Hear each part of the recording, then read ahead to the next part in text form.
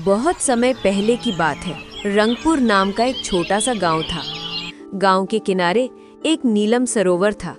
उसी सरोवर पर रोज सुबह एक जोड़ा आता था, विक्रम और मीरा। दोनों मेहनती, ईमानदार और अपने काम से बहुत खुश रहने वाले थे। विक्रम रोज सरोवर से मछली खरीदता, घर लाकर तलता और विक्रम के लजीज फिश फ्राई बेचता।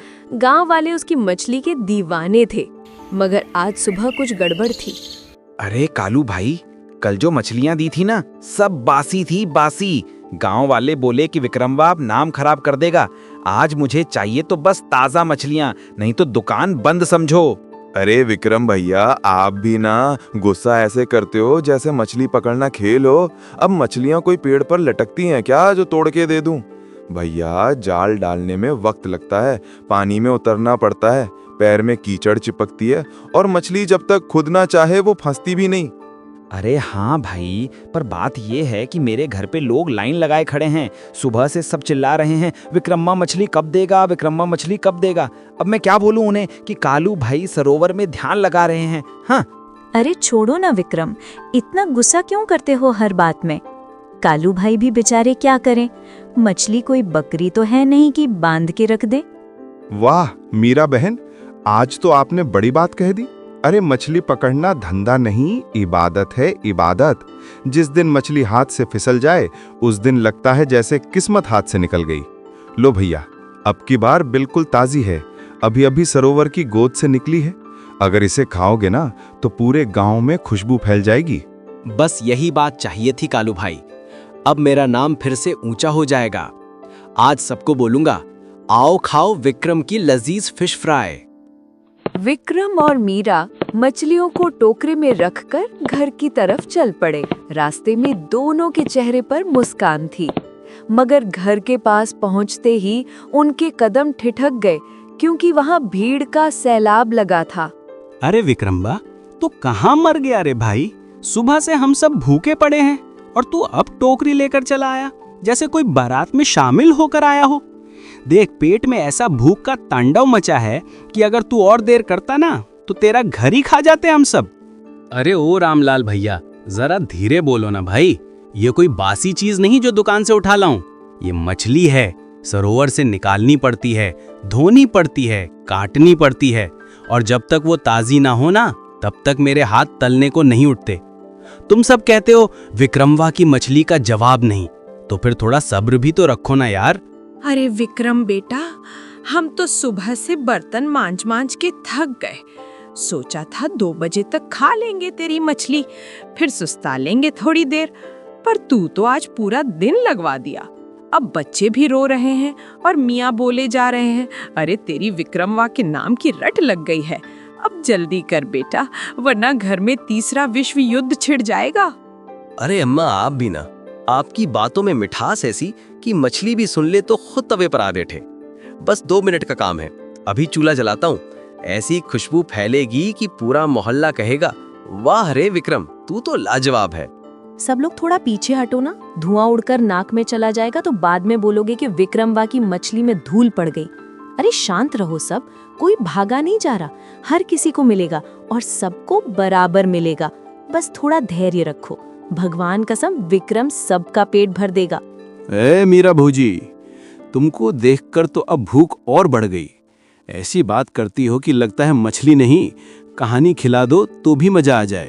अरे लाज रखो ना भैया, दिन दहाड़े सब देख रहे हैं, मछली की बात करो, बाकी बातें रात को अपनी मेहरारू से करना। विक्रम झटपट अंदर गया, लकड़ी का चूल्हा जलाया, पुआल डाला और बोला, ए मीरा, तेल लाओ जल्दी। देखो जनता का धैर्य जवाब दे रहा है, कहीं ऐसा ना हो कि भूख में सब मेरा ही सिर तल दे। ले आ रही हूँ विक्रम, बस देखना ध्यान से। तेल गरम हो जाएगा तो हाथ मत डाल देना। पिछली बार जैसे जलाए थे ना, 3 दिन तक उंगलियां फूली रही। अरे वो तो पुराना किस्सा है, अब तो मैं मछली पलटने में ऐसा उस्ताद हूँ कि तेल भी सलाम ठोकता है। तेल गरम हुआ और जैसे ही पहली मछली कढ़ाई में गिरी, छन की आवाज आई। पूरा माहौल महक उठा। सुगंध ऐसी थी कि लोगों के मुंह से आवाज निकली, अरे वाह, अब तो जान आ गई। विक्रमवा का हाथ सोने का है रे। इतनी खुशबू तो फूल में भी नहीं होती जितनी तेरी मछली में होती है। अरे भगवान करे तेरी दुकान पर कभी धुआं न बुझे और तेरी थाली कभी खाली न रहे। इतना सुनकर विक्रम बाहर आता है। अम्मा, ऐसे बोलोगी तो आंखें भर आएंगी। हमारा तो बस एक ही सपना है, लोग खाए, पेट भरे और खुश होकर जाए। नाम की लालच नहीं है, बस इज्जत बनी रहे और गांव बोले विक्रम सच्चा है, मेहनत वाला है। अगली सुबह सूरज निकल चुका है। सरोवर के किनारे हल्की धुंध है। विक्रम और मीरा टोकरी लेकर पहुंचे हैं, मगर आज सरोवर पर कालू नहीं दिख रहा।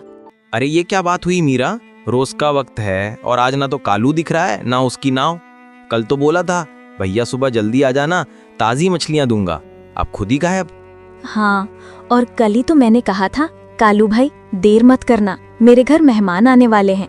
अब देखो हम यहाँ खड़े हैं जैसे किसी मेले का इंतजार कर रहे हो। जाने कौन सा काम लग गया होगा उसे। पर यार रोज रोज ये इंतजार भी सही नहीं है, हमें भी अपना काम छोड़कर आना पड़ता है। गुस्सा मत करो विक्रम, हो सकता है कुछ परेशानी में हो। इतने साल से मछली वही देता है, कभी आज तक गायब नहीं हुआ। चलो उसके घर तक चलते हैं, पूछते हैं क्या बात है। हाँ चलो, लेकिन अगर उसने कोई चाल चली होगी ना तो इस बार सीधा बोल दूंगा, अब और नहीं भाई, या तो वक्त पर दे या फिर हम किसी और से लेंगे। बस बस अब इतना गरम मत हो, पहले देख तो लो क्या हुआ है। हर बार तू ऐसे ही भड़क जाता है जैसे कालू मछलियां नहीं तेरे खेत बेच गया हो। हाँ ठीक है, तू भी ना बात को हंसी में उड़ा देती है। चल चल देखते हैं मामला क्या है।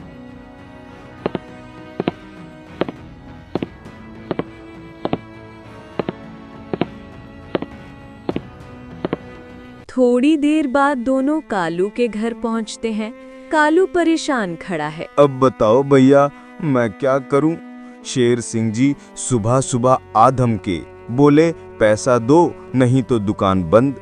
मैंने तो बस मछलियों का धंधा चलाने के लिए उधार लिया था, अब इतने जल्दी कैसे दूं? अरे कालू भाई, क्या बात है, आज सरोवर पर आए नहीं? हम तो सोच रहे थे कहीं बीमार ना पड़ गए हों। अरे विक्रम भैया, बीमार नहीं पर मुसीबत बड़ी आई है। शेर सिंह से कुछ महीने पहले उधार लिया था नाव के जाल खरीदने को। अब वो आज सुबह सुबह आया है, कह रहा है आज ही पूरा पैसा चाहिए नहीं तो तेरी नाव उठवा लूंगा। अरे पर इतनी जल्दी कौन उधार वसूलता है, कुछ तो वक्त देना चाहिए। बस यही तो कह रहा था मैं भी मीरा भौजाई, पर शेर सिंह जी कौन मानने वाले हैं। बोले मेरा भी कर्ज चुकाना है वरना मैं तुम्हारे जाल फेंक दूंगा सरोवर में। ये तो बहुत बुरा हुआ कालू भाई, चलो पहले कुछ सोचते हैं। काम बंद नहीं होना चाहिए। तुम मेहनती आदमी हो, इस गांव में सब तुम्हारी मछली का इंतजार करते हैं, कुछ ना कुछ उपाय निकाल ही लेंगे। अब उपाय क्या निकलेगा भैया, न घर में पैसा बचा है न कहीं से उधार मिल रहा है। बस यही डर है कि अगर आज शेर सिंह फिर आया तो मेरी नाव चली जाएगी। कालू भाई हिम्मत मत हारो, भगवान ने मुसीबत दी है तो रास्ता भी देगा, हम भी तुम्हारे साथ हैं। हाँ तू चिंता मत कर, आज रात तक कुछ सोचते हैं, चाहे गांव में बात करनी पड़े लेकिन तेरा धंधा बंद नहीं होने देंगे। सुनो कालू, तुम परेशान बिल्कुल मत रहो, कल सुबह भोर में हमारे घर चले आना, समझे? मैं तुम्हें कुछ पैसे दूंगी और फिर परसों से तुम उसी सरोवर में उतर जाना, मछली पकड़ना शुरू कर देना। जब मछली आएगी तो मैं अपनी दुकान फिर से खोल दूंगी, सब अपने पुराने ढर्रे पर लौट आएगा, बस तुम मन छोटा मत करो। ठीक है भौजाई, आप जैसा कहो मैं वैसा ही करूंगा। मैं कल भौरी भोर में आपके दरवाजे पर पहुंच जाऊंगा। आपने इतना भरोसा दिखाया, इतनी बातें बोल दी, अब मैं आपके एहसान से कभी उभर नहीं पाऊंगा। आपने तो मुझे फिर से जीने की वजह दे दी भौजाई। इतना सुनकर दोनों चुपचाप घर की ओर चल पड़े।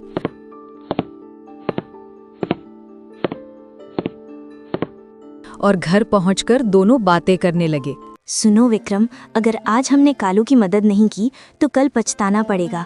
गांव में बहुत मछुआरे हैं जो बासी मछलियां देते हैं, गली सड़ी, मगर कालू ने आज तक हमें कभी एक खराब मछली नहीं दी।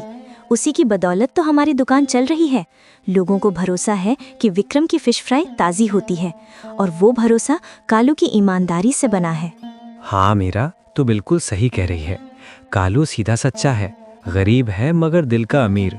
अगर उसका साथ टूट गया तो हमारी दुकान का नाम भी फीका पड़ जाएगा।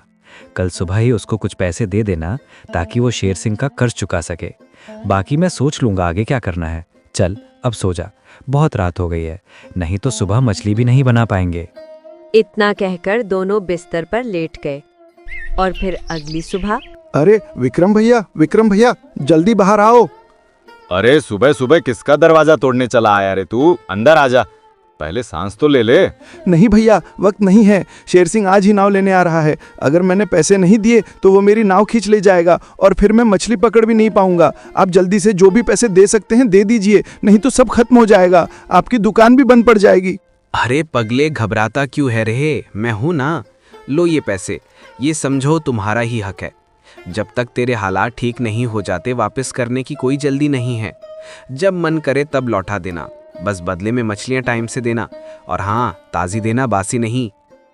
कालू पैसे लेकर तुरंत शेर सिंह के घर की ओर निकल पड़ा। शेर सिंह जी नमस्ते, मैं आज आपका पूरा पैसा देने आया हूँ। आपने कहा था कि नहीं दिया तो नाव ले लोगे, तो सोच लिया कि पहले हिसाब साफ कर दूं। ये लीजिए आपके पैसे।